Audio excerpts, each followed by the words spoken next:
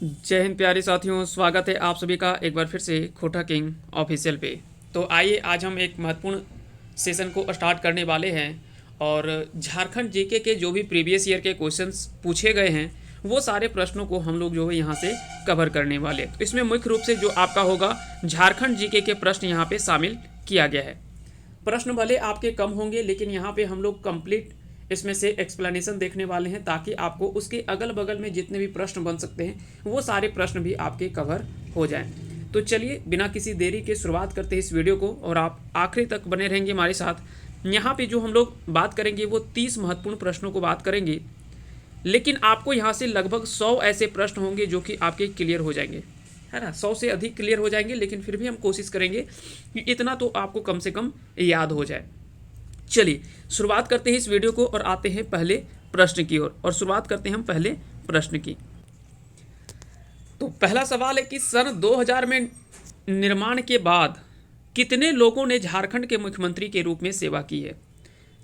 तो बता दें कि ऐसे सवाल आपको आने वाले एग्जाम में भी पूछा जाएगा। झारखंड के मुख्यमंत्री और राज्यपाल, यहाँ से दो प्रश्न, दो ऐसे टॉपिक हैं यहाँ से हमेशा जो को सवाल पूछा गया है एग्जाम्स में।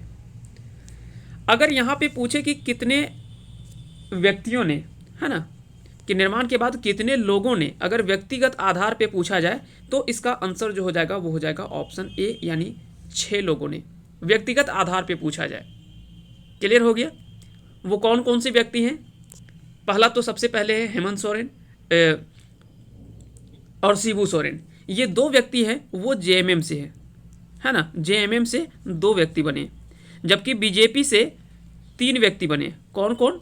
पहले बाबूलाल मरांडी, फिर अर्जुन मुंडा, उसके बाद रघुवर दास। तो बीजेपी से 3 व्यक्ति बने हैं और एक जो है वो निर्दलीय बने हैं। आप सभी को पता ही होगा मधु कोड़ा के बारे में, है ना। तो ये 6 व्यक्ति ऐसे हैं जो कि झारखंड के मुख्यमंत्री के रूप में व्यक्तिगत आधार पर, यानी देखा जाए तो 6 लोगों ने कार्यभार संभाला है। हालांकि संख्या में अगर देखा जाए तो 10वीं 11वीं हो गया, लेकिन और ये अभी वर्तमान में जो वो 11वें मुख्यमंत्री हैं हेमंत सोरेन, लेकिन व्यक्तिगत आधार पे पूछे तो वो हो जाएगा आपका 6 व्यक्ति। ठीक है, कुल 6 व्यक्तियों ने जो वो यहाँ पे इसका पद जो वो संभाला है। तो ये सारी चीज़ें आपको ध्यान रखना है। चलिए आगे बढ़ते हैं। तो इसका आंसर जो हो जाएगा वो ऑप्शन ए इसका राइट आंसर हो जाएगा। अगर बात की जाए कि झारखंड में कितने बार राष्ट्रपति शासन लागू हुआ है, 2000 ईस्वी के गठन के बाद झारखंड में कितने समय तक राष्ट्रपति शासन लागू हुआ है, कितने समय तक? तो बता दें कि कुल 3 बार जो वो राष्ट्रपति शासन जो वो झारखंड में अब तक लग चुका है। 3 बार राष्ट्रपति शासन लग चुका है। कब कब? 2009 में, 2010 में और 2013 में। ये 3 बार जो वो झारखंड में राष्ट्रपति शासन लगा हुआ है। यहां तक क्लियर हो गया। अगर बात किया जाए कि झारखंड में पहले निर्दलीय मुख्यमंत्री कौन थे, तो मधु कोड़ा के बारे में हमने बता दिया। सवाल उठता है मुख्यमंत्री से कि सबसे लंबा समय तक रहने वाले मुख्यमंत्री का कार्यकाल। तो हेमंत सोरेन के पूर्व में जो वो अर्जुन मुंडा जो वो सबसे लंबे समय तक जो वो मुख्यमंत्री रहने का रिकॉर्ड था, लेकिन अब हेमंत सोरेन के पास वो चीज़ें जो वो आ गया है, क्योंकि इसके पूर्व में उन्होंने जो वो एक बार मुख्यमंत्री का पद संभाला था हेमंत सोरेन ने 2013 के समय में। और अब जो है यहाँ से क्या है, बात किया जाए तो 2019 से लेकर के अब तक, है ना, तो 2019 से लेकर के अब तक ये बने हुए हैं। तो यहाँ से क्या है कि कुछ चीज़ें आपको ध्यान रखनी है। ऐसे प्रश्न भी आपसे एग्जाम में पूछ लिया जा सकता है। अगर पूछा जाए कि सबसे छोटे कार्यकाल के लिए कौन मुख्यमंत्री बने हैं, तो सबसे छोटे कार्यकाल के लिए जो मुख्यमंत्री बने वो शिबू सोरेन बने, मात्र 10 दिन के लिए। शिबू सोरेन की बात किया जाए तो मात्र 10 दिन के लिए वे मुख्यमंत्री बने थे। अब ऐसा क्यों होता है? ऐसा इसलिए होता है क्योंकि इसी समय एक जो झारखंड के राज्यपाल थे वो थे सैयद सिप्ते रज्जी। सैयद सिप्ते रज्जी जो थे, उन्होंने क्या किया था कि सरकार में एनडीए के सदस्यों को नज़रअंदाज करते हुए मार्च ये 2005 की बात है, जब वे झारखंड के राज्यपाल थे, तो उन्होंने क्या किया कि झारखंड में एनडीए के सदस्यों की संख्या को नज़रअंदाज करते हुए जेएमएम के शिबू सोरेन को सरकार बनाने का न्योता दे दिया और विवाद में वो खुद घिर गए। फिर शिकायत जैसे ही मिलती है उस समय के तत्कालीन राष्ट्रपति एपीजे अब्दुल कलाम साहब को, तो उन्होंने इस पर हस्तक्षेप किया और सिप्ते रज्जी के निर्णय को उलटते हुए एनडीए के अर्जुन मुंडा को फिर 13 मार्च 2005 को उन्हीं राज्यपाल के द्वारा मुख्यमंत्री पद की शपथ दिलाई। तो इस तरह से यहाँ पे क्या है कि बहुत सारे विवादों में देखा गया है, चाहे वो यहाँ के मुख्यमंत्री हो या राज्यपाल हो, है ना, ये सारी चीज़ें आपको ध्यान रखनी है। अगर बात किया जाए तो झारखंड में लगभग पौने 2 साल, लगभग अगर बात किया जाए तो पौने 2 साल जो है वो लगभग राष्ट्रपति शासन में गुजरा है 3 बार में। तो ये काफ़ी ज़्यादा कह सकते हैं कि एक बार जो पहला राष्ट्रपति शासन रहा था वो लगभग रहा था 19 जनवरी 2009 से लेकर के 19 जनवरी 2009 से लेकर के रहा था आपका 29 दिसंबर 2009 तक। तो देखिए लगभग 1 साल यहाँ पे है ना। फिर दूसरा जो हुआ था वो हुआ था 1 जून 2010 से लेकर के 10 सितंबर 2010 तक, 1 जून 2010 से लगभग 10 सितंबर 2010 तक। फिर तीसरा जो था वो था 19 जनवरी 2009 से लेकर के माफ़ कीजिएगा यहाँ पे 2010 नहीं 2013 होगा, है ना, 2013 होगा। 1 जून 2000, हाँ यहाँ पे नहीं, यहाँ पे ठीक है, दूसरा में ठीक था। 19 जनवरी, एक बार फिर से हम लिख देते हैं, 2009 से लेकर के 29 दिसंबर 2009 तक। क्लियर हो गया। दूसरा जो था ये था 1 जून 2010 से लेकर के 10 सितंबर तक। और तीसरा जो था वो था 18 जनवरी 2013 से लेकर के ये 12 जुलाई तक था। तो ये 3 बार जो वो राष्ट्रपति शासन देखा है। और देखा जाए तो इसको सबको जोड़ लिया जाए तो लगभग पौने 2 साल हो जाता है जो कि झारखंड में राष्ट्रपति शासन के रूप में गुजरा है। ठीक है, जो लगभग अगर देखा जाए तो लगभग 340 से 345 दिन होता है जो कि झारखंड में राष्ट्रपति शासन के रूप में गुजरा है। ये सारी चीज़ें आपको समझ में आ गया होगा। चलिए आगे बढ़ते हैं और आते हैं अगले प्रश्न की ओर। झारखंड राज्य में पहली बार राष्ट्रपति शासन कौन से साल में हुआ था? तो पहली बार राष्ट्रपति शासन कब लागू हुआ था? 2009 में हमने बात किया, 2009 में, 2010 में और 2013 में। पहला जो इसका टाइम था वो था 19 जनवरी 2009 से लेकर के 29 दिसंबर 2009 तक। और ये सबसे लंबा समय तक चलने वाला ये राष्ट्रपति शासन था, लगभग 1 वर्ष लगभग जो है ये चलने वाला राष्ट्रपति शासन था। तो ये सबसे लंबे समय तक, और 2009 में ये पहला था, 2010 दूसरा और 2013 जो इसका तीसरा था। चलिए आगे बढ़ते हैं और आते हैं अगले प्रश्न की ओर। अगला सवाल है कि 4 वर्ष में वर्ष 2000 में, ये चौथा प्रश्न है यहाँ पे, वर्ष 2000 में झारखंड राज्य बनने के बाद कितने लोगों ने झारखंड के राज्यपाल के रूप में सेवा की है? तो जब झारखंड राज्य अलग होकर के बनता है उसके बाद झारखंड में राज्यपालों की संख्या अगर देखा जाए तो अभी वर्तमान में जो वो कितना तक पहुंच गया है? तो अभी अगर देखा जाए इनके कार्यकाल को, रमेश बैस को, तो वो 11वें राज्यपाल के रूप में जाने जाते हैं। 11वें राज्यपाल रमेश बैस जो कि अभी वर्तमान में झारखंड के राज्यपाल है। झारखंड के पहले राज्यपाल कौन बने थे? तो वो प्रभात कुमार बने थे जो कि 15 नवंबर 2000 को बनते हैं और 3 फरवरी 2002 तक उनका जो वो कार्यकाल रहता है। फिर दूसरे कार्यकाल एक कार्यवाहक राज्यपाल के रूप में विनोद चंद्र पांडे यानी वीसी पांडे आते हैं। तीसरा राज्यपाल आते हैं एम रामा जोइस।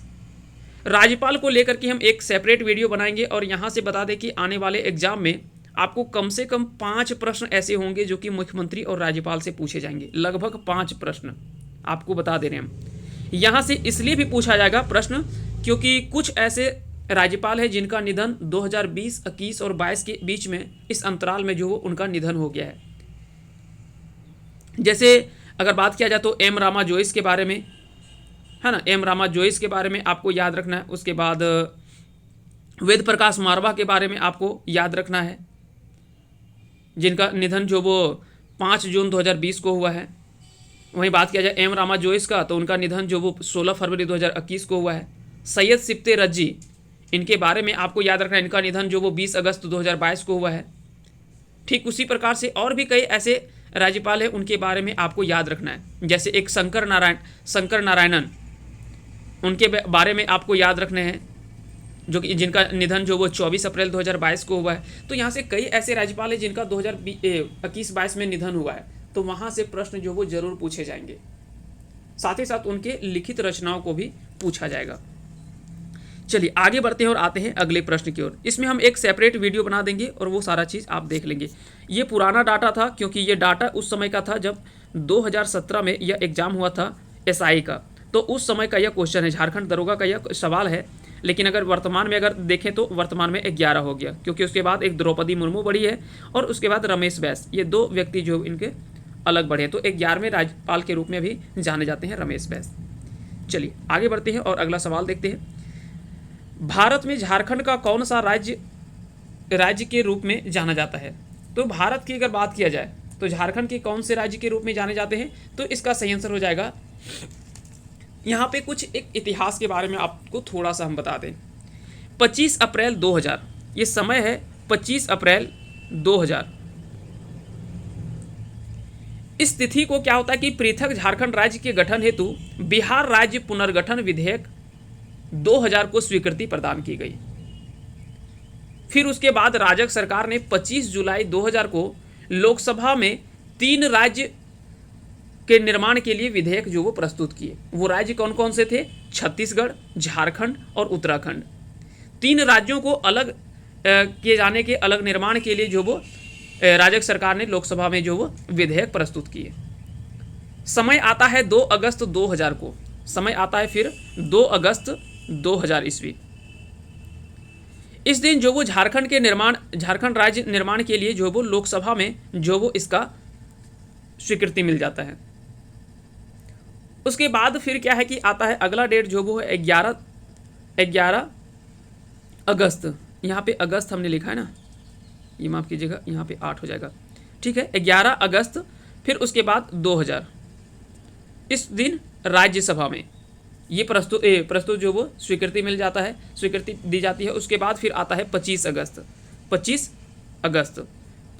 उसके बाद आता है। और 25 अगस्त को बता दें कि 25 अगस्त को उस समय के तत्कालीन राष्ट्रपति KR नारायणन के द्वारा जो वो मंजूरी दी जाती है। उसके बाद झारखंड जो वो और उस समय के प्रधानमंत्री जो थे अटल बिहारी वाजपेयी थे और बिहार के CM उस समय राबड़ी देवी थे। इसलिए भी यह सवाल इंपॉर्टेंट है क्योंकि झारखंड राज्य जो वो बिहार से ही अलग हुआ है, तो उस समय बिहार के जो मुख्यमंत्री थी वो राबड़ी देवी थी। और अंततः जो वो समय आता है 15 नवंबर 2000 ईस्वी को, जो कि झारखंड जो वो भारत के 28वें राज्य के रूप में जो वो गठित होता है। तो इसका आंसर जो हो जाएगा वो ऑप्शन ए इसका राइट आंसर हो जाएगा। चलिए आगे बढ़ते हैं और आते हैं अगले प्रश्न की ओर। अगला सवाल है कि 15 नवंबर 2000 को झारखंड राज्य का गठन हुआ था और इस दिन झारखंड के निम्नलिखित व्यक्तियों का जन्म भी है। तो 15 नवंबर 1875 उलिहातू खूंटी जिले में एक व्यक्ति का जन्म होता है जिनका नाम रहता है बिरसा मुंडा। बिरसा मुंडा एक सामान्य गरीब परिवार में तो जन्म जरूर हुआ, लेकिन वो कह सकते हैं कि चाहे वो दिमाग के धनी हो या तो अन्य चीज़ों के धनी माने जाते हैं, जिसके कारण से उन्होंने जो वो लगातार अपना मेहनत किया। और एक समय ऐसा आया कि एक सामान्य व्यक्तित्व को जो वो भगवान का दर्जा दिया गया। दर्जा क्यों दिया गया? क्योंकि उसके वो हकदार थे। इसलिए नहीं दिया गया कि कोई व्यक्ति ने बोल दिया और दे दिया, ये उसके हकदार थे। क्योंकि ऐसे समय में इन्होंने समाज को आगे बढ़ाने का काम किया जिस समय लोग जो वो जूझ रहे थे, अपना जीवन यापन काटने में वो लगे हुए थे और किसी तरह से अपना जो वो संघर्ष कर रहे थे। ऐसे समय पे इन्होंने जो वो राज्य को आगे बढ़ाने का काम किया। तो बिरसा मुंडा जी का जन्म जो 15 नवंबर 1875 को हुआ उलिहाती गांव खूंटी में। इसीलिए उन्हीं के जन्म के उपलक्ष्य में 15 नवंबर जो रखा गया वो झारखंड का स्थापना जो वो दिवस के रूप में रखा गया। 9 जून 1900 को इनका निधन जो वो रांची जेल में बताया जाता है कि हैजा की वजह से इनका जो वो निधन होता है। लेकिन वजह जो भी रहा हो, रांची जेल में इनका जो वो निधन होता है 9 जून 1900 ईस्वी को। तो ये सारी चीज़ें आपको ध्यान रखनी। चलिए आगे बढ़ते हैं और आते हैं अगले प्रश्न की ओर। झारखंड के राजभवन के आर्किटेक्ट कौन थे? झारखंड के राजभवन के आर्किटेक्ट कौन थे? तो बता दें कि यह राज्यपाल का आधिकारिक जो वो आवास है। राजभवन जो है वो क्या है? तो यह राज्यपाल का जो वो आधिकारिक आवास है। ठीक है, यह राज्यपाल का आधिकारिक आवास है। अब सवाल उठता है कि आखिर में कब इसका निर्माण हुआ? तो इसका निर्माण कार्य शुरुआत तो 1930 ईस्वी में शुरुआत होता है, लेकिन कंप्लीट ये होता है 1931 में। 1931 में ये कंप्लीट होता है। लगभग 62 एकड़ में फैला हुआ यह जो वो राजभवन है। कितना क्षेत्रफल में? तो 62 एकड़ में। सवाल यह भी बन सकता है आपसे।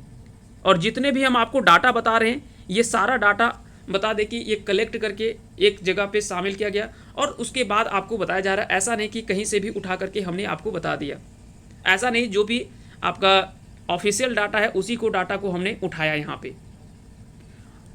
और 62 एकड़ में फैले हुए इस राजभवन के निर्माण में लगभग 7 लाख रुपए उस समय खर्च आता है। अब समझिए कि 1930-31 ईस्वी में 7 लाख करोड़ का 7 लाख रुपए का खर्च आना ये कोई मामूली बात नहीं है। और इसके जो इस भवन के जो डिजाइनर थे उनका नाम था सदालो ब्लेयर्ड। आंसर क्या हो जाएगा? ऑप्शन ए यानी सदालो ब्लेयर्ड इसका जो वो सही आंसर हो जाएगा। बता दें कि इस राजभवन के अंदर में कई ऐसे छोटे छोटे गार्डन और जो है वो घास का मैदान का निर्माण जो वो जिसको हम क्लॉन बोलते हैं, इसका निर्माण जो वो किया गया है। जैसे Akbar garden, Buddha garden, Ashoka garden, मूर्ति गार्डन, उसके बाद फिर महात्मा गांधी गार्डन, नक्षत्र वन, ये सभी का जो वो निर्माण उसी राजभवन के अंदर में किया गया है। साथ ही साथ यहाँ पे एक और जो इम्पोर्टेंट चीज़ है वो है आड्रे हाउस, जिसका निर्माण हैनिंगटन के द्वारा 1950 से 56 ईस्वी के समय में किया गया, जो कि उस समय के छोटा नागपुर के डिप्टी कमिश्नर थे हैनिंगटन। लगभग 15,000 स्क्वायर फीट में फैला हुआ एक बड़ा सा वहाँ पे हॉल है आड्रे हाउस में, और जिसका नाम जो वो बिरसा मंडप के नाम से रखा गया है। तो ये सारी चीज़ें, और बता दें कि आड्रे हाउस के बारे में हम लोगों ने पहले पढ़ रखा है, तो अगर आप पिछली वीडियो को देखा होगा तो वहाँ से चीज़ें आपका स्पष्ट हो गया होगा। अगला सवाल है, झारक्राफ्ट द्वारा स्थापित होने वाली 4 रेशम पार्कों में से एक झारखंड में निम्नलिखित जिलों में से एक है। तो चलिए, एक तो इसका आंसर हमको पता चल गया कि एक तो गिरिडीह में है, लेकिन अन्य कहाँ कहाँ पे है? तो अन्य जो है वो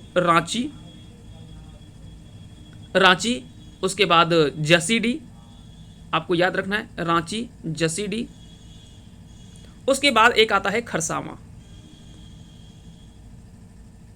ये 3 अन्य जगह पे जो वो रेशम पार्क का स्थापना जो वो किया गया। तो ये 4 जगह जो वो झारक्राफ्ट के द्वारा स्थापित किया गया था, 4 रेशम पार्क, रांची, जसीडीह, खरसावां और गिरिडीह। तो ये 4 जगह आपको किसी तरह से सवाल बन सकता है। हो सकता है कि ऐसा सवाल भी बनाइए कि इनमें से कौन सा जो वो 4 रेशम पार्कों में नहीं है, शामिल नहीं है। तो इस तरह के सवाल भी बन सकते हैं आपके। तो ये चारों आपको ऑप्शन ध्यान रखने हैं। अगला सवाल है कि घाटशिला औद्योगिक क्षेत्र किसके लिए प्रसिद्ध है? घाटशिला औद्योगिक क्षेत्र, तो इसका तो पहला हम आंसर बता देते हैं। इसका जो सही आंसर होगा वो होगा ऑप्शन बी यानी कॉपर उद्योग। भारत का पहला तांबा उत्पादन खान जो है वो घाटशिला पूर्वी सिंहभूम में 1924 ईस्वी में इसका जो वो स्थापना होता है। 1924 ईस्वी में 1930 में घाटशिला के निकट ही तांबा खनिज शोधक कारखाना जो वो इंडियन कॉपर कॉरपोरेशन कंपनी का स्थापना जो है वो किया जाता है। और 1930 में ही वहीं पे पीतल कारखाना भी स्थापित हुआ। इस तरह से धीरे धीरे उसकी शुरुआत जो वो हो जाती है। यहाँ पे कुछ कुछ संस्थाओं के बारे में आपको याद रखने, जो कि कॉपर से संबंधित जो वो कुछ कुछ कंपनी है। जैसे पहला आता है इंडियन कॉपर कॉरपोरेशन घाटशिला, जो कि पूर्वी सिंहभूम में है। दूसरा है हिंदुस्तान कॉपर लिमिटेड, जो कि जादूगोड़ा पूर्वी सिंहभूम में है। और तीसरा है इंडियन केबल कंपनी लिमिटेड, जो कि टाटानगर में स्थित है। तो ये 3 आपको जो वो प्रमुख संस्थाओं के बारे में भी आपको याद रखना है, कंपनी के बारे में आपको याद रखनी है। आगे बढ़ते हैं और आते हैं अगले प्रश्न की ओर। अगला सवाल क्या है? झारखंड में निम्नलिखित जिलों में से बॉक्साइट प्रचुर मात्रा में पाया जाता है। इनमें से किस जिले में जो वो बॉक्साइट की मात्रा जो वो प्रचुर मात्रा में देखने को मिलता है? तो इसका जो सही आंसर हो जाएगा वो हो जाएगा ऑप्शन डी यानी लोहरदगा में। बॉक्साइट से दरअसल क्या है कि एल्युमिनियम निकाला जाता है, और आप सभी को आपने पढ़ा भी होगा कि एल्युमिनियम का अयस्क जो है वो बॉक्साइट होता है ना। बॉक्साइट जो वो एल्युमिनियम का ही अयस्क है। अब सवाल उठता है कि झारखंड में कौन कौन से क्षेत्र में जो वो बॉक्साइट देखने को मिलता है, इसकी अधिकता कहाँ कहाँ पे है? तो पलामू का पाट क्षेत्र, जो कि इस तरह से कुछ त्रिभुजा आकृति में इस तरह से देखने को मिलता है, पाट क्षेत्र। उसके बाद रांची पठार, जो कि यहाँ पे रांची पठार स्थित है, वहाँ पे लोहरदगा में, जो कि इसी क्षेत्र में है लोहरदगा। हजारीबाग, जो कि यहाँ पे स्थित है। राजमहल, जो कि साहिबगंज अगर इस तरह से अगर हम बनाएं, है ना, इस तरह से अगर हम मैप आकृति बनाए तो इस तरह से कुछ यहाँ पे देख सकते हैं, है ना। तो यहाँ पे जो वो राजमहल साहिबगंज है यहाँ पे। फिर उसके बाद आता है आपका हजारीबाग, तो हमने बता दिया। यहाँ उच्च कोटि का बॉक्साइट जो वो पाया जाता है, जिसमें से माना जाता है कि 52 से लेकर के 55% तक जो वो अल्युमिनियम होता है। अब देखिए कोई भी जो वो प्योर तो बॉक्साइट जो वो प्योर तो नहीं होता है, उसमें से भी कई सारे इम्प्योर होते हैं। जब उस चीज़ को सारा रिफाइन किया जाता है तो उसमें से लगभग जो है वो देखा गया कि 52 से लेकर के 55% तक जो वो एल्युमिनियम का जो वो देखने को मिलता है प्योर रूप में देखा जाता है। 52 से 55% तक उसको काफ़ी ज़्यादा प्रोसेस होता है, वो प्रोसेस से गुजरना पड़ता है, उसके बाद जो वो हमें एल्युमिनियम प्राप्त होता है। ये सारी चीज़ें आपको याद रखने, तो इसका आंसर जो हो जाएगा वो ऑप्शन डी इसका सही आंसर हो जाएगा। हालांकि इसके अलावे और भी अगर आपका ऑप्शन में रहता, जैसे मान लीजिए हजारीबाग रहता, राजमहल रहता, लेकिन लोहरदगा में जो वो सबसे ज़्यादा देखने को मिलता है, इसीलिए जब ऑप्शन मिलेगा तो आपको लोहरदगा ही ज़्यादातर देखने को मिलेगा ऑप्शन। और इसमें से अगर 4 ऑप्शन दे भी दे तो आप लोहरदगा में ही टिक करें, क्योंकि सबसे ज़्यादा जो वो लोहरदगा में देखा जाता है। इनमें से कौन सा झारखंड में फसल का एक नहीं है? फसल का मतलब कह सकते हैं कि कौन सा एक प्रकार नहीं है। गर्म फसल, रबी फसल, खरीफ फसल और जायद फसल। तो देखिए ये सवाल थोड़ा सा विवादित हम मान सकते हैं। क्यों मान सकते हैं? क्योंकि खरीफ फसल आप सभी को पता है, रबी फसल पता है, लेकिन दरअसल कई पुस्तकों में जो वो गर्म फसल को ही जो वो जायद के नाम से भी जाना जाता है। लेकिन फिर भी चलिए इस ऑप्शन के अकॉर्डिंग, और जो उस समय जेएसएससी ने जो आंसर माना था वो माना था कि झारखंड में जो वो जायद किस्म की फसल जो वो नहीं देखने को मिलता है, तो जायद जो वो इसका आंसर जो वो माना था। अब सवाल उठता है कि खरीफ फसल होता क्या है? तो खरीफ फसल बता दें कि ये जून जुलाई के समय में बोया जाता है, जब गर्मी आपका खत्म होता है और वर्षा काल का शुरुआत होता है जुलाई में, तो उस समय इसको बोया जाता है और सितंबर अक्टूबर तक जो वो इसे काट लिया जाता है। इसे भदई और अगहनी, ये 2 रूपों में बांटा गया है खरीफ फसल को। एक तो है भदई यानी भादों के समय में जो होता है वो होता है, और दूसरा होता है अगहनी जो कि अगहन है ना। अगर हिंदी माह आपने पढ़ा होगा तो ये चीज़ें आपको स्पष्ट समझ में आ रहा होगा।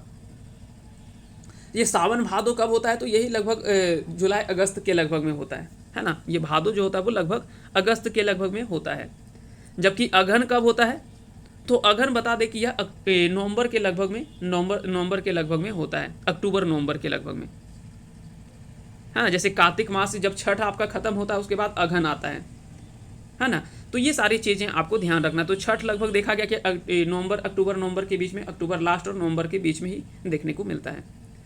तो ये समय में इसको देखने को मिलता है। खरीफ फसल में कौन कौन से फसल आते हैं? धान, मक्का, मूंगफली, सोयाबीन, बाजरा, ज्वार, लोबिया, ये सभी फसल जो है ये खरीफ फसल के अंतर्गत आते हैं, है ना। ये सभी जो वो खरीफ फसल के अंतर्गत आते हैं। दूसरा आता है रबी फसल। रबी फसल के बारे में अगर हम बात करें तो रबी फसल में सबसे पहला जो आता है वो आपका याद रखना है कि यह अक्टूबर नवंबर में, जैसे खरीफ फसल खत्म होता है उसके बाद जो वो रबी फसल लगाया जाता है अक्टूबर नवंबर में, और इसको काटा कब जाता है? फरवरी से लेकर के मार्च के बीच में इसे काट लिया जाता है।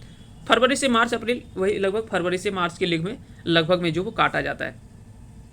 रबी फसल में अगर बात करें कि कौन कौन सी फसल आता है तो गेहूं, चना, मटर, मसूर, सरसों, राई, आलू, जो कि अब लगने वाला है ना। अभी अगर वर्तमान में देखा जाए तो अभी कौन सा माह चल रहा है? तो लगभग नवंबर लास्ट होने वाला है। तो नवंबर लास्ट होने वाला है तो लगभग अभी का ही समय है जो कि खरीफ फसल कट रहा है और रबी फसल जो वो लगेगा, है ना। जिसमें से गेहूं, चना, मटर, मसूर, सरसों, राई, आलू वगैरह ये सभी जो वो लगते हैं। हालांकि आलू तो कुछ पूर्व में ही लग गया था, है ना, अक्टूबर में ही लग जाता है, क्योंकि हम अक्टूबर से नवंबर तक मान रहे हैं इसकी शुरुआत होता है। उसके बाद आता है गर्म फसल, है ना। गर्म फसल जो कि फरवरी मार्च में जो वो इसको लगाया जाता है और अप्रैल मई तक इसको जो वो काट लिया जाता है। इसमें से मुख्य रूप से जो वो कुछ फल सब्जी वगैरह जो वो आते हैं, जैसे तरबूज, खरबूज, लौकी, कद्दू, ककड़ी, तोरई, मूंग, खीरा और कुछ पत्तेदार सब्जियां वगैरह जो होता है वो गर्म फसल के अंतर्गत आते हैं।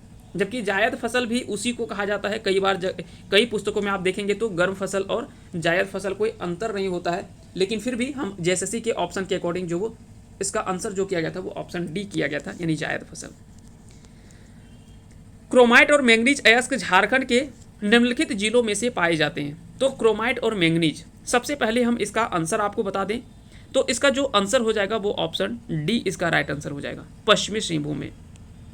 क्रोमाइट के अगर बारे में बात करें तो भारत के कुल भंडार का लगभग 5.3% जो है वो क्रोमाइट का भंडार जो है वो झारखंड में देखा गया है, जो कि जितना ज़रूरत है ज़रूरत के हिसाब से तो नहीं होता है। और ये सिंहभूम के 2 जगह है, एक है जोजाहातू और सरायकेला खरसावां, सरायकेला क्षेत्र में ये जो वो देखने को मिलता है। ठीक है, तो यहाँ पे जिला हालांकि अगर आपको यहाँ पे पश्चिमी सिंहभूम ना दे करके अगर सरायकेला खरसावां भी रहता तो आप वहाँ पे टिक कर सकते थे। अब उठता है सवाल मैंगनीज का। तो मैंगनीज के बारे में बात करें तो मैंगनीज का मुख्य रूप में 3 क्षेत्र देखने को मिलता है झारखंड में, 3 पट्टी के रूप में बोल सकते हैं। पहला जो है वो है गुआ से लिमटू, चाईबासा से बरजा मुंडा और बड़ा जामदा से लेकर के नोवा मुंडी। इनके प्रमुख खान कौन कौन से हैं तो कालेंदा, बंसा डेरा, पंसारी बुरु, पहाड़पुर, ये कुछ प्रमुख खान हैं।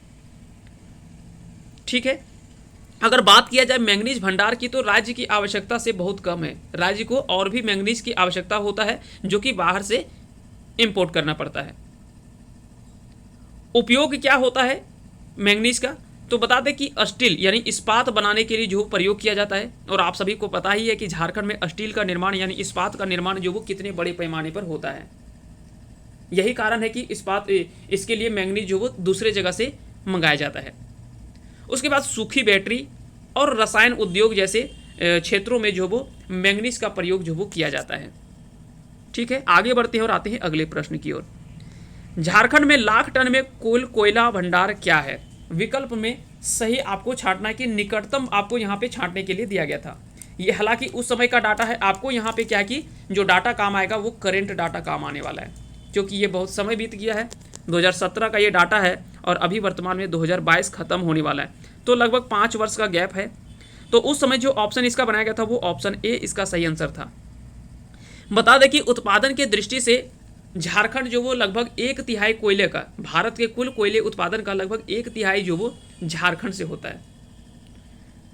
आपको जान करके आश्चर्य होगा कि और झारखंड में भी जो जितना कोयला का उत्पादन होता है उसमें से 60% जो वो केवल झरिया उत्पादन करता है कोयले का।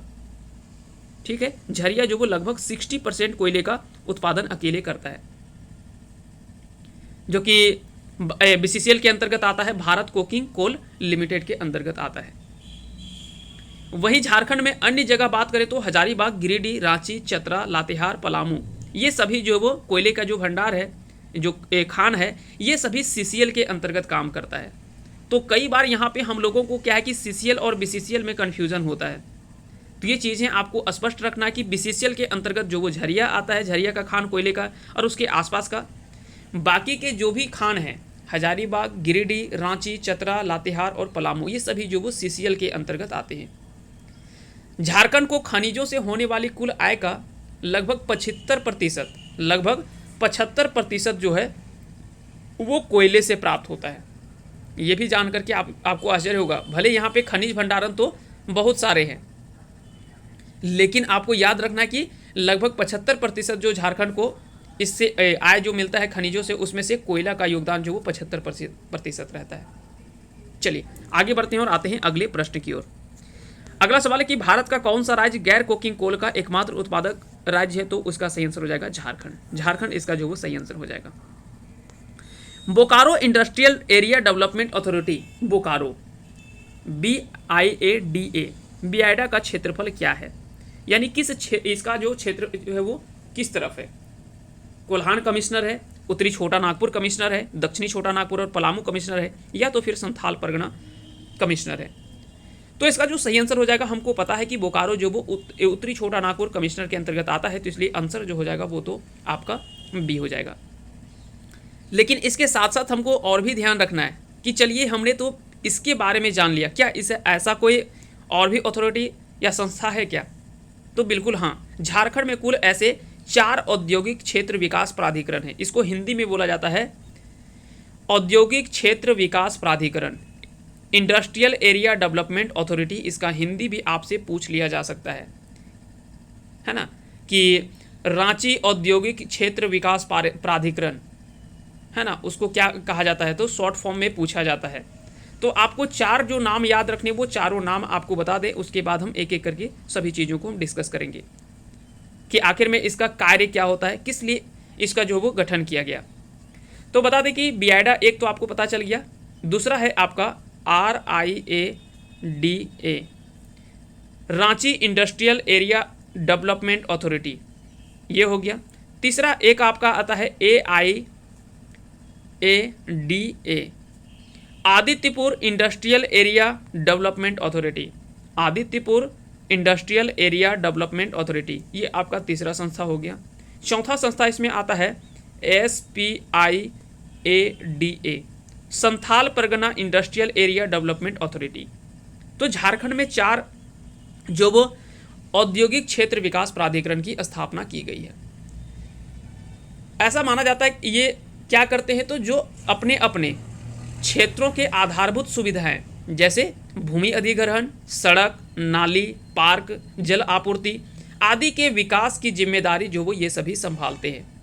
तो इसका निर्माण करने का एक ही उद्देश्य था कि वो अपने अपने क्षेत्रों में जो भी वहाँ की आधारभूत सुविधाएं हैं उन चीज़ों को वो पूरा कर सके, है ना। जैसे हमने बता दिया कि भूमि अधिग्रहण, सड़क, नाली, पार्क, जल आपूर्ति आदि के विकास की जिम्मेदारी ये संभालते हैं। तो झारखंड में कुल ऐसे संस्थाएं जो वो चार हैं, बियाडा, रियाडा, आयडा और स्पाइडा। इस तरह से करके आप शॉर्ट में याद रख सकते हैं, है ना। Bokaro industrial area development authority, Ranchi industrial area development authority, Adityapur industrial area development authority और संथाल परगना, ये आपको चारों आपको याद रखनी है। चलिए आगे बढ़ते हैं और आते हैं अगले प्रश्न की ओर।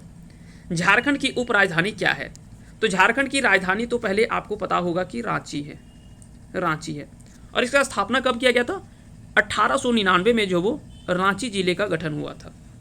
ये झारखंड की राजधानी है। इसे जलप्रपातों की नगरी और झारखंड का शिमला के नाम से भी जाना जाता है रांची को। जबकि झारखंड की यहाँ पे उपराजधानी पूछ रहा है, तो उपराजधानी क्या होगा? दुमका होगा। दुमका जिला का गठन कब हुआ था? तो दुमका जिला का गठन 1855 ईस्वी में हुआ था, दुमका में। इसे बाबा बासुकीनाथ की नगरी ज्यादा, क्योंकि आपने पढ़ा होगा बासुकीनाथ मंदिर जो है वो कहाँ पे है? दुमका जिले में स्थित है। तो इसके बारे में ये सारी चीजें आपको ध्यान रखनी है। आगे बढ़ते हैं और आते हैं अगले प्रश्न की ओर। झारखंड राज्य जेपी आंदोलनकारियों को पेंशन देने वाला भारत का कौन से नंबर का राज्य है? चलिए इसका आंसर तो हम लोग देख लेंगे, लेकिन सवाल उठता है कि आखिर में ये जेपी आंदोलनकारी है क्या? तो सबसे पहले तो बता दें कि ये जेपी का फुल फॉर्म क्या है, तो जयप्रकाश नारायण। जयप्रकाश नारायण के बारे में आप सभी ने पढ़ा होगा। बता दें कि 5 जून 1974 को गांधी मैदान के पटना में लगभग 5 लाख लोग इकट्ठा होते हैं और वहां पे एक शब्द उठता है, संपूर्ण क्रांति। एक शब्द वहां पे उठता है, संपूर्ण क्रांति, संपूर्ण क्रांति। तो सवाल उठता है कि संपूर्ण क्रांति आखिर में है क्या? तो इस क्रांति के अंतर्गत जो वो 7 क्रांति को मिला करके एक, जैसे बोलते हैं कि यूनिवर्सल के रूप में अगर देखा जाए तो उस तरह से क्रांतियों का एक समूह बनाया गया, जो कि सभी क्रांतियों को समाहित करके एक क्रांति बनाया गया, जिसको नाम दिया गया संपूर्ण क्रांति। तो कई बार सवाल बनता है कि संपूर्ण क्रांति की शुरुआत का श्रेय किसे जाता है? तो जयप्रकाश नारायण को जाता है।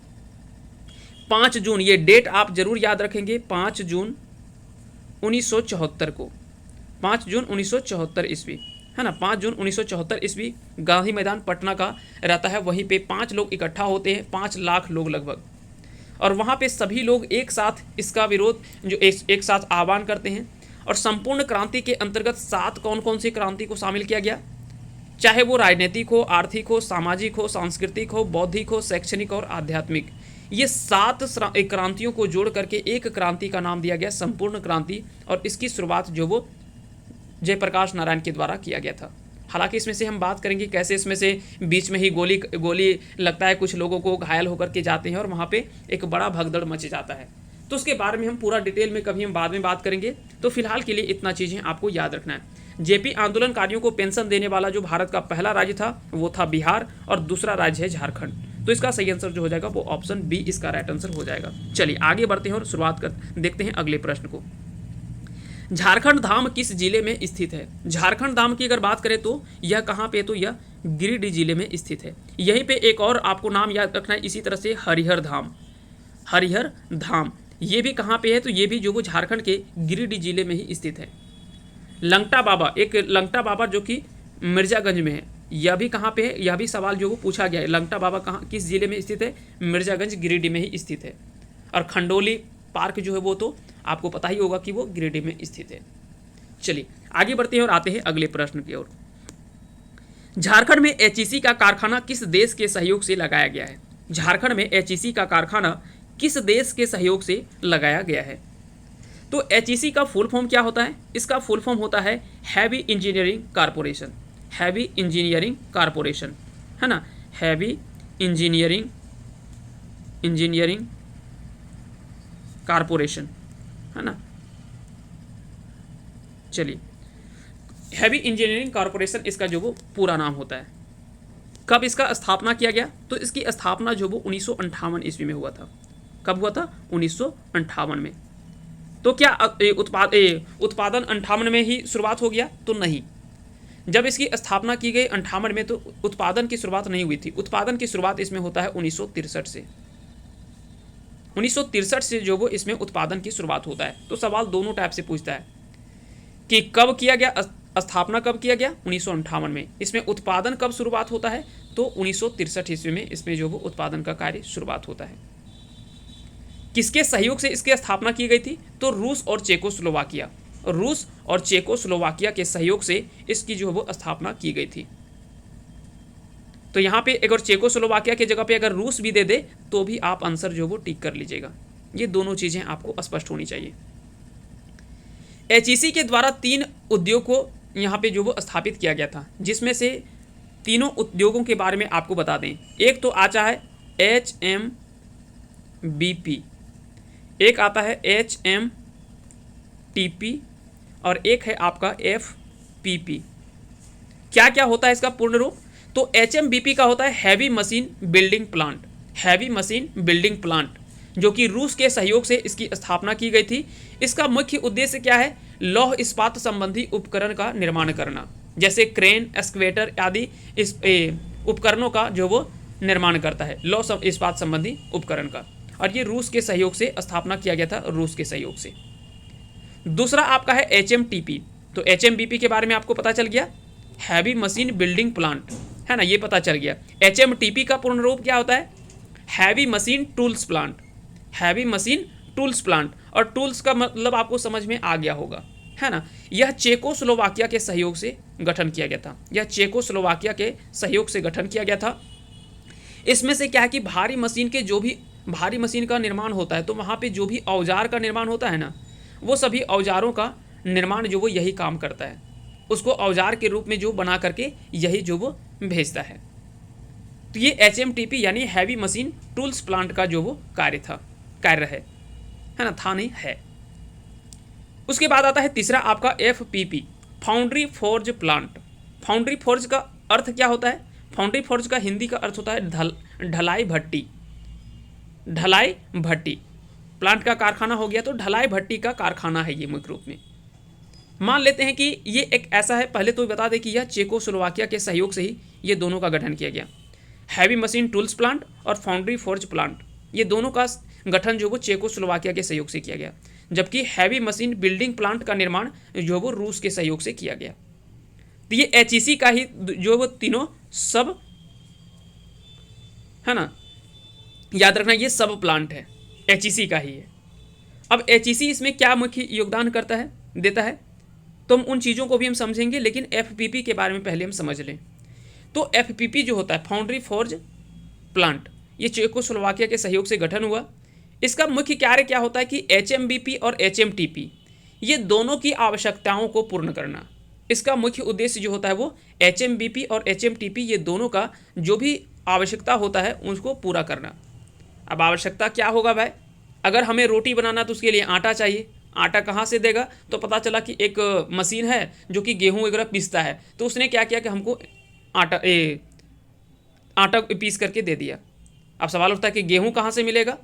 तो गेहूँ जो वो किसी दुकान से ले सकते, दुकान होगा अलग जगह पे, वहाँ से ले सकते हैं, या तो और दूसरे जगह से ले सकते हैं। तो ये दो टाइप से हो गया। तो यही कार्य जो वो फाउंड्री फोर्ज करता है। जो टूल्स बना रहा है या लोहे के जो वो उपकरण बना रहे हैं, तो उसको पहले क्या कि ठोस रूप में दिया जाता है।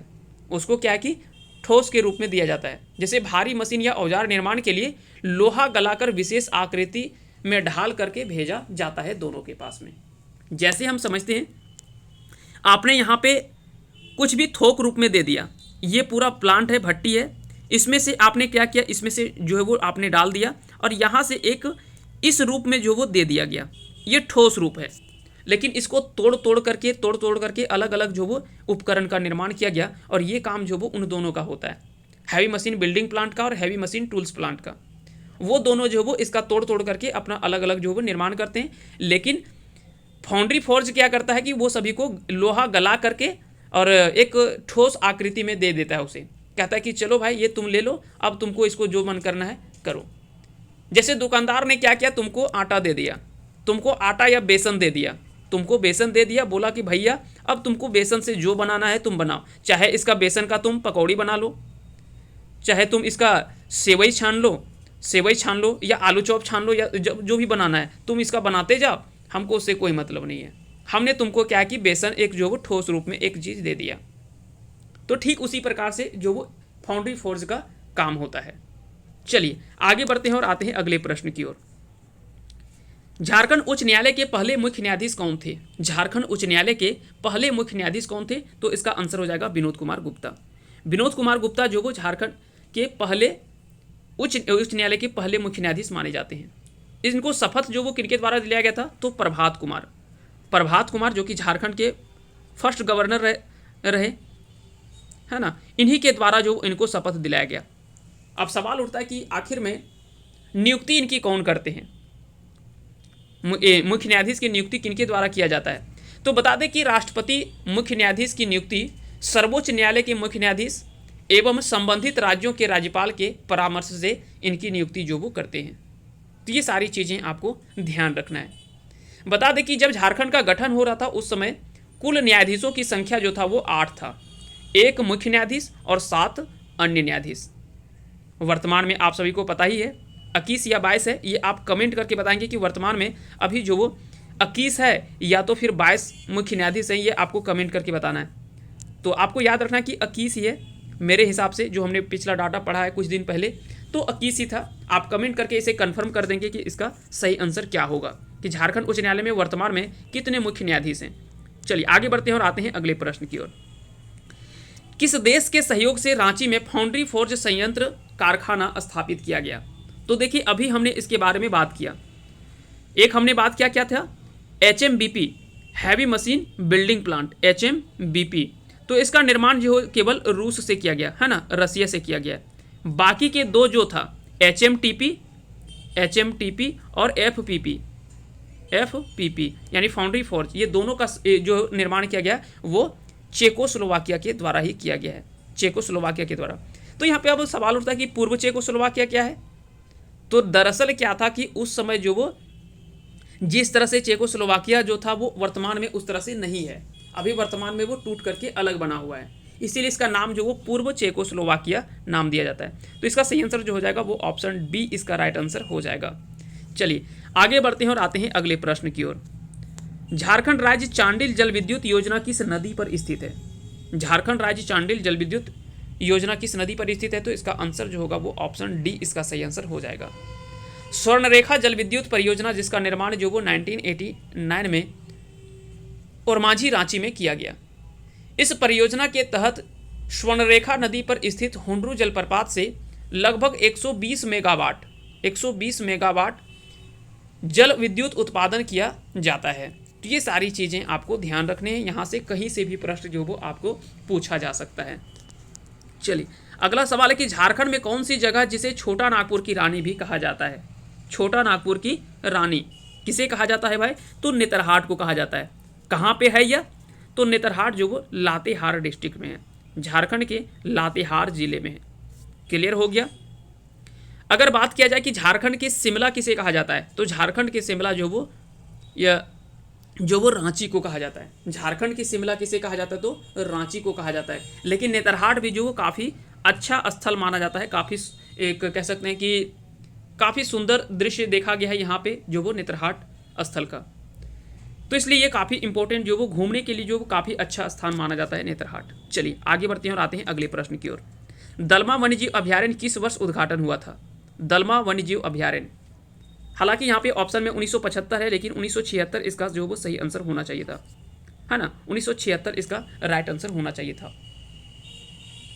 तो ये सारी चीज़ें आपको याद रखना है। लगभग 193.22 वर्ग किलोमीटर में फैला हुआ है यह अभयारण्य, जिसमें से हाथी, तेंदुआ, हिरण आदि जीवों का संरक्षण यहाँ पे दिया जाता है इस वन्यजीव अभयारण्य के तहत। तो दलमा वन्यजीव अभयारण्य 1976 में इसका जो वो स्थापना किया गया। क्लियर हो गया? चलिए आगे बढ़ते हैं और आते हैं अगले प्रश्न की ओर। इस तरह के कई सारे वन्यजीव अभयारण्य हैं झारखंड में। दलमा वन्यजीव अभयारण्य के अलावा अगर बात करें तो पलामू अभयारण्य है जो कि 1976 में गठन किया गया। हजारीबाग अभयारण्य है जो कि 1976 में गठन हुआ।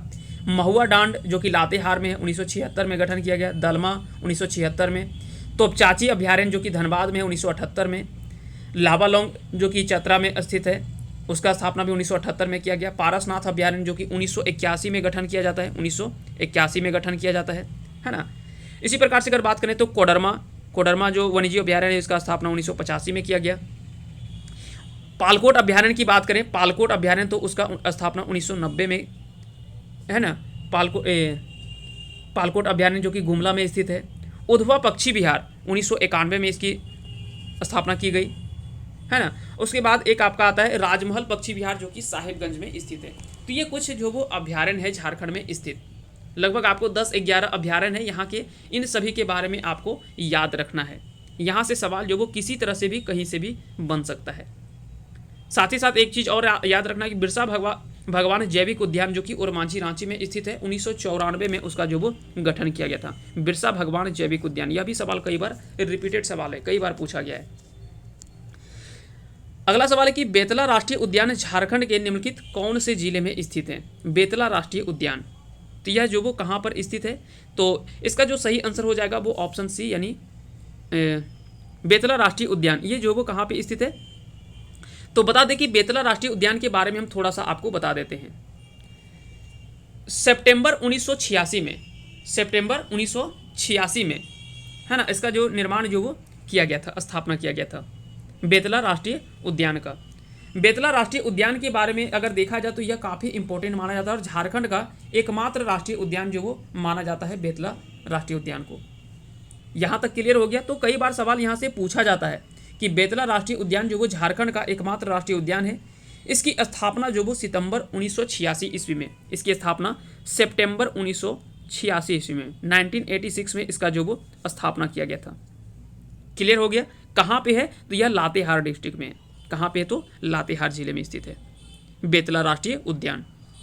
यहाँ पे कई सारे जीवों का संरक्षण जो वो दिया गया है, लेकिन यहाँ पे दो चीज़ और आपको याद रखना है। झारखंड का एकमात्र राष्ट्रीय उद्यान तो है, पहला तो ये हमने बता दिया, और राष्ट्रीय उद्यान की संज्ञा इसे जो वो सितंबर 1986 में मिलता है। इसमें से बाघों की गणना, शेरों की गणना की शुरुआत जो वो 1932 में, यानी 1932 में जो वो पहली बार जो वो यहीं से शुरुआत होता है इसकी गणना करने की। ठीक है। और दूसरा है कि भारत सरकार ने टाइगर प्रोजेक्ट की शुरुआत जो है वो 1973 में किया था। टाइगर प्रोजेक्ट की शुरुआत जो है वो 1973 में किया था। तो सवाल यहाँ पे तीनों तरह से अलग अलग बन सकते हैं कि बेतला राष्ट्रीय उद्यान का जो वो दर्जा कब दिया गया राष्ट्रीय उद्यान का? तो सितंबर 1986 में। यहाँ पे बाघों की गणना की शुरुआत कब होती है पहली बार पूरे भारत में? तो 1932 में। यहाँ पे टाइगर प्रोजेक्ट की शुरुआत कब हुई? तो 1973 में जो यहाँ पे टाइगर प्रोजेक्ट की शुरुआत होती है। तो ये तीनों तरह के प्रश्न आपसे पूछे जा सकते हैं। चलिए आगे बढ़ते हैं और आते हैं अगले प्रश्न की ओर। हुंड्रू रांची से कितनी दूरी पर सड़क रास्ते से स्थित है? तो यहाँ पे ऑप्शन के अकॉर्डिंग जो वो यहाँ पे ऑप्शन ए जो वो 45 किलोमीटर इसका जो वो सही आंसर हो जाएगा। ठीक है।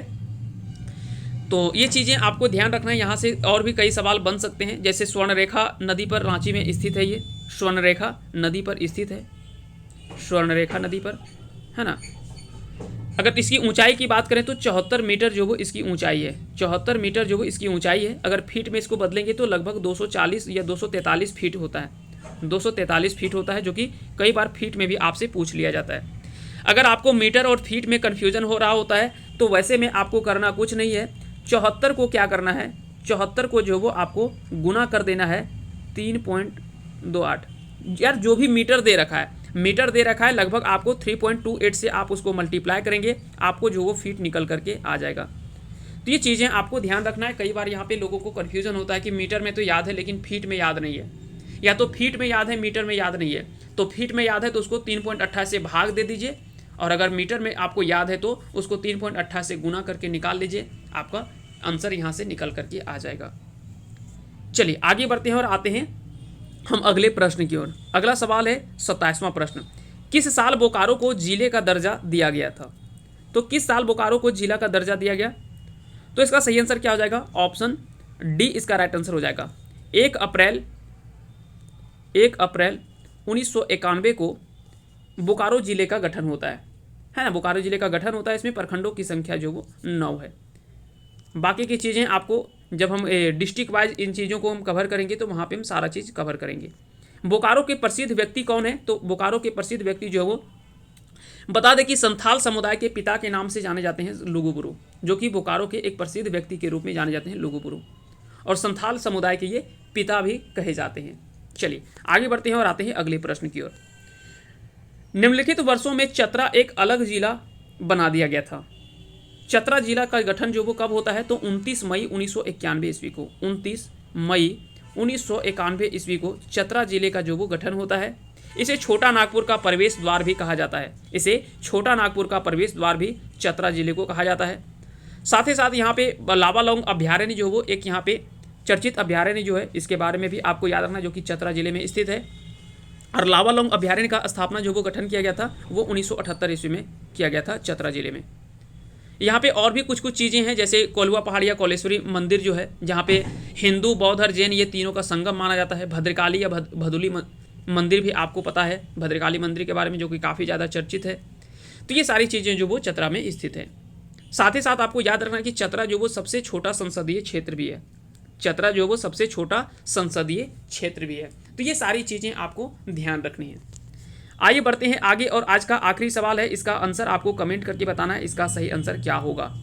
दामोदर घाटी निगम का स्थापना किस वर्ष हुआ था और इसके तहत कितने डैम का निर्माण किया गया था, वो सारी चीज़ें आपको कमेंट करके बताना है। और उम्मीद करेंगे कि आज का सेशन आप सभी को पसंद आया होगा। अगर पसंद आया तो इस वीडियो को लाइक करें, और चैनल पे नए हैं तो चैनल को सब्सक्राइब कर लीजिएगा, ताकि जब भी कोई वीडियो अपलोड करेंगे उसका नोटिफिकेशन आपके पास जाएगा। और साथ ही साथ बेल आइकन जो घंटी आपको बगल में दिख रहा है उसको भी आप क्लिक फॉर ऑल कर लेंगे, ताकि वहाँ से सारा नोटिफिकेशन आपको पहुँच जाए। तो चलिए फिलहाल के लिए इतना ही, मिलते हैं नेक्स्ट टॉपिक में। तब तक के लिए आप सभी को बहुत बहुत धन्यवाद हमारे साथ अंत तक बने रहने के लिए।